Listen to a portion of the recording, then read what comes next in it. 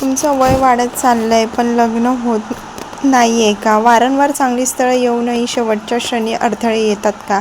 कदाचित तुमच्या आयुष्यात काही अदृश्य बाधा काम करत आहे. हा एक उपाय केल्यावर तुमचं लग्न लवकर जुळू शकतं. हे नक्की ऐका. नमस्कार माझ्या लाडक्या भगिनींनो आणि स्वामी समर्थ भक्त परिवारांनो. श्री स्वामी समर्थांच्या चरणी कोटी कोटी प्रणाम. आजचा हा विषय खूप जिव्हाळ्याचा आहे आणि मनाला थेट स्पर्श करणारा आहे. म्हणून हा व्हिडिओ शेवटपर्यंत नक्की ऐका. कारण कदाचित तुम्ही किंवा तुमच्या घरात कोणीतरी या परिस्थितीतून जात असेल. वय वाढत चाललंय पण लग्न काही जमत नाही. योग्य स्थळ येतात पण काही ना काही कारणाने तुटतात. कधी पत्रिका जुळत नाही तर कधी बोलणी होऊनही शेवटच्या क्षणी अडथळे येतात. आणि मनात एकच प्रश्न येतो की आमच्याच बाबतीत असं का होतंय? भगिनींनो, ही फक्त तुमचीच समस्या नाही. लाखो लोक या अडचणीतून जात आहेत. पण घाबरायचं कारण नाही. कारण आपल्या वैदिक शास्त्रात आणि स्वामी समर्थांच्या कृपेने अशा अडचणींवर सोपे पण अत्यंत प्रभावी उपाय सांगितले आहेत. आणि आज मी तुम्हाला असे 5 उपाय सांगणार आहे जे अनेकांनी अनुभवले आहेत आणि त्यांचं लग्न लवकर जुळलं आहे. त्यामुळे हा व्हिडिओ शेवटपर्यंत नक्की ऐका. आणि जर तुम्ही नवीन असाल तर चॅनलला सबस्क्राईब करून ठेवा, जेणेकरून असे उपयोगी व्हिडिओ तुम्हाला सतत मिळत राहतील. आता आपण सर्वात आधी समजून घेऊया की लग्नात उशीर का होतो. कारण जोपर्यंत कारण कळत नाही तोपर्यंत उपाय पूर्ण परिणाम देत नाही. सर्वात पहिलं कारण म्हणजे मंगळदोष. अनेकांना कुंडलीत मंगळदोष असल्यामुळे वैवाहिक जीवनात अडथळे येतात. स्थळी येतात पण काही ना काही कारणामुळे जमून येत नाही. दुसरं कारण म्हणजे शनी आणि राहू यांची बाधा. या ग्रहांचा प्रभाव जास्त असेल तर सतत अडथळे येतात आणि काम शेवटच्या क्षणी बिघडतात. तिसरं कारण म्हणजे पितृदोष. म्हणजे आपल्या पूर्वजांची अपूर्ण इच्छा किंवा कर्म याचा परिणाम आपल्या आयुष्यावर होतो आणि यामुळे लग्नासारख्या महत्त्वाच्या गोष्टी विलंब होतो. चौथं कारण म्हणजे वास्तुदोष. घरातील काही दिशांमध्ये दोष असतील, विशेषतः उत्तर किंवा ईशान्य दिशेत अडथळे असतील तर विवाहात उशीर होऊ शकतो. आणि 5वं कारण म्हणजे आपल्या स्वतःच्या कर्माची बाधा.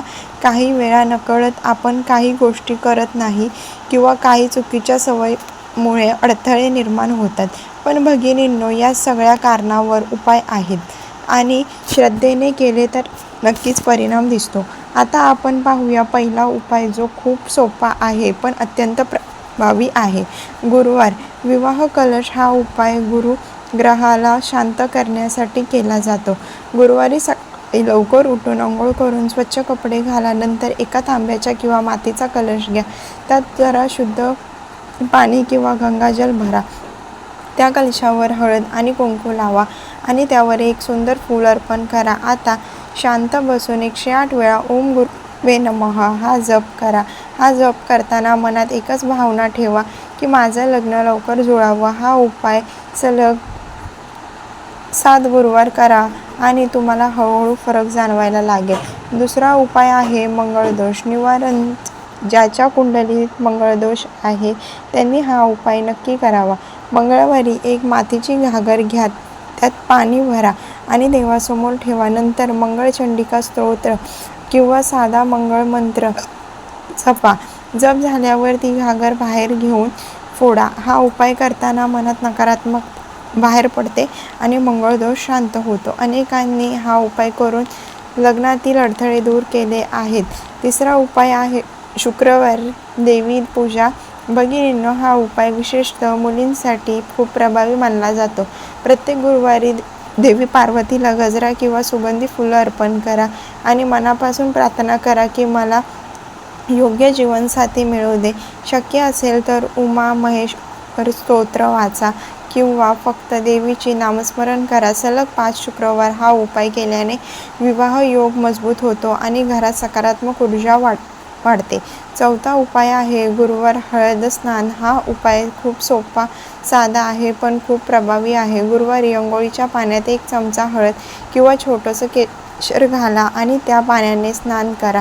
स्नान करताना मनात सकारात्मक विचार ठेवा आणि स्वामी समर्थांचं नाम घ्या.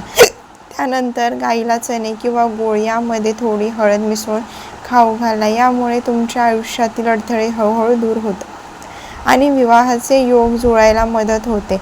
5वा उपाय आहे एक छोटासा पण महत्त्वाचा वास्तू उपाय. आपल्या घराच्या कडुलिंबाचे झाड असेल तर त्याला नियमित पाणी घाला आणि घरात असेल शक्यतो काळ्या रंगाचे कपडे कमी वापरा, कारण हे नकारात्मक ऊर्जा वाढवतात. घरात स्वच्छता ठेवा आणि देवघर नेहमी पवित्र ठेवा. यामुळे वातावरण सकारात्मक राहते आणि शुभ कार्ये लवकर घडतात. आणि भगिनींनो, आपण बोलूया सर्वात महत्त्वाच्या गोष्टीवर, म्हणजे स्वामी समर्थांची कृपा, कारण शेवटी सगळं त्यांच्या इच्छेवर अवलंबून आहे. स्वामी समर्थ नेहमी म्हणतात की भक्ताचे श्रद्धा ठेवली तर ती त्याच्यासाठी सर्व करतो. त्यामुळे रोज सकाळी किंवा संध्याकाळी शांत बसून श्री गुरुदेव दत्ता हा जप करा. शक्य असेल तर 11 माळ जप करा आणि नाही जमलं तर किमान 108 वेळा तरी जपा. हा जप जपताना तुमचं मन शांत ठेवा आणि स्वामींवर पूर्ण विश्वास ठेवा. एक गोष्ट सांगते. एक मुलगी होती, वय 32 वर्ष. तिचं लग्न काही कारणास्तव जमत नव्हतं. घरच्यांना खूप चिंता होती. तिने हे सगळे उपाय श्रद्धेने सुरू केले. दर गुरुवारी कलश ठेवला, शुक्रवारी देवीची पूजा केली आणि स्वामी समर्थांचा जप केला. फक्त 3 महिन्यात तिच्यासाठी एक खूप चांगलं स्थळ आलं आणि तिचं लग्न ठरलं. आज ती खूप सुखात आनंदात आहे. ही गोष्ट सांगण्यामागे एकच उद्देश आहे की जर श्रद्धा असेल तर बदल नक्की होतो. म्हणून भगिनींनो, कधीही निराश होऊ नका. स्वतःवर आणि देवावर विश्वास ठेवा. योग्य वेळ येते आणि त्या वेळेला सगळं सुंदर घडतं. तुम्ही फक्त तुमचे प्रयत्न आणि श्रद्धा सोडू नका. अजून एक छोटी गोष्ट लक्षात ठेवा. शक्यतो लाल किंवा हिरव्या रंगाचे कपडे वापरा. हळदीचं दान करा आणि नेहमी सकारात्मक विचार ठेवा, कारण तुमची ऊर्जा तुमचं भविष्य होते.